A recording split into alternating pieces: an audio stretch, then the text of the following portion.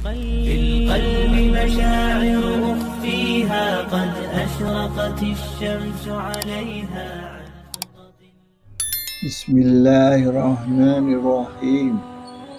Assalamualaikum warahmatullahi wabarakatuh.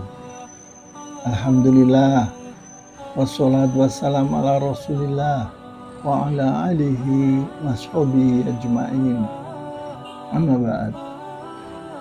Dalam video pertama telah kita lihat bahwa kemacetan memiliki berbagai macam penyebab.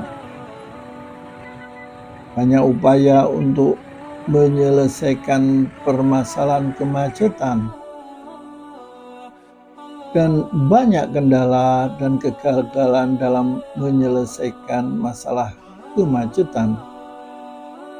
Video kedua ini akan memberi usulan untuk menyelesaikan masalah kemacetan dengan cara yang sederhana dan murah. Selain penyebab-penyebab kemacetan yang telah kita bahas pada video pertama, ada penyebab kemacetan yang jarang dibahas, yaitu akibat aktivitas perkantoran, sekolahan, perusahaan yang dilakukan secara bersama-sama dan pada tempat yang tetap. Kemacetan jenis ini disebabkan oleh 3 faktor, yaitu jalan, jadwal kerja, dan tempat beraktivitas. Jalan dan tempat beraktivitas karyawan sangat sulit untuk diatasi dan membutuhkan dana besar untuk memindahkan tempat kerja dan karyawannya. Sedangkan urusan jadwal kerja bisa diselesaikan dengan mudah. Bekerja secara online pun juga membuka permasalahan-permasalahan baru dan hanya bisa dilakukan untuk tugas-tugas tertentu. Idealnya dilakukan diversifikasi jadwal dan zona kerja, dalam artian sebuah kota bisa dibagi menjadi beberapa zona kerja. Dan setiap zona kerja dibuat jadwal kerja masing-masing. Setiap zona kerja dibedakan jadwal kerjanya dengan zona yang lain. Tujuan konsep ini adalah agar dalam sebuah kota karyawan-karyawannya tidak saling bertemu di jalan pada saat masuk kerja dan pulangnya. Sebagai contoh, diversifikasi jadwal kerja adalah seandainya Abu Bakar dan teman-teman kerjanya bekerja pada bulan Januari di Jakarta Utara dari jam 7 pagi hingga jam 4 sore. Maka Umar dan karyawan-karyawan yang bekerja di Jakarta Timur diberi jadwal bekerja dari jam 8 pagi hingga jam 5 sore. Dengan demikian Abu Bakar berangkat kerja jam 7 misalnya, sedangkan Umar dan karyawan-karyawan lainnya berangkat kerja jam 8. Dengan demikian insya Allah mereka tidak saling bertemu di jalan raya.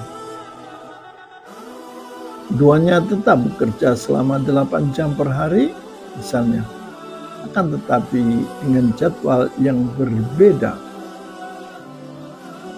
Di bulan Februari berikutnya, karyawan-karyawan yang bekerja di Jakarta Utara dirubah jadwal kerjanya menjadi jam 8 pagi hingga jam 5 sore.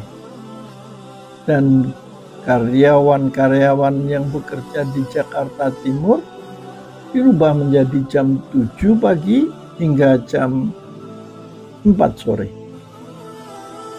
Jadi karyawan dari Jakarta Utara memiliki jadwal kerja berbeda dengan yang di Jakarta Timur. Dan jadwal kerja mereka dirubah setiap periode tertentu, misalnya sebulan sekali. Untuk mempermudah urusan, kita bisa menggunakan beberapa warna berbeda. Sebagai contoh real, misalnya di kota Jakarta ada 5 kota madya yang kita jadikan 5 zona kerja dan kita gunakan 5 warna yang berbeda. Misalnya hijau, kuning, biru, coklat, orange. Setiap warna kita tentukan jadwal kerjanya. Misalnya, zona hijau jadwal kerja jam 7 pagi hingga jam 3 sore. Zona kuning jadwal kerjanya jam 8 pagi hingga jam 4 sore.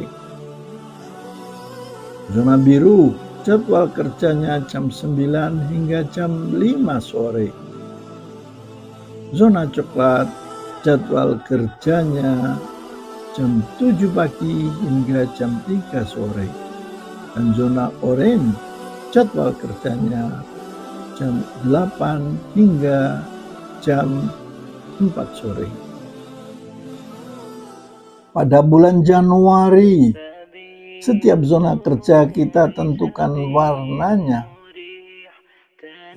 Misalnya, Jakarta Utara zona hijau, Jakarta Timur zona kuning, Jakarta Selatan zona biru, Jakarta Barat zona coklat, Jakarta Pusat zona orange. Pada bulan Februari berikutnya, warna zona kerja digilir menjadi Jakarta Utara orange, Jakarta Timur hijau, Jakarta Selatan kuning, Jakarta Barat biru, dan Jakarta Pusat coklat. Pada bulan Maret, warna zona kerja menjadi Jakarta Utara coklat, Jakarta Timur orange, Jakarta Selatan hijau, Jakarta Barat kuning, Jakarta Pusat biru. Setiap zona kerja tersebut digilir sesuai dengan gerakan jarum jam. Demikianlah, walaupun jalan dan tempat kerjanya tetap, jadwal kerjanya dirubah setiap bulan. Diversifikasi jadwal dan zona kerja tidak memiliki kendala yang bermakna. Akan tetapi insya Allah keuntungannya bisa dirasakan oleh setiap karyawan. Suatu saat, seorang karyawan berkata pada temannya yang berbeda zona kerja. Seseorang akan berkata, bulan ini aku berada di zona hijau. Dan temannya menjawab, aku di zona biru. Dalam kemacetan ada satu hal yang perlu kita perhatikan, bahwasanya biasanya kendaraan beroda 2 akan lebih cepat dan lancar dalam kemacetan. Mereka biasanya selalu berada pada posisi terdepan daripada kendaraan beroda 4, sekalipun yang beroda 2 tersebut butut dan yang beroda 4 kondisinya bagus, mewah atau megah.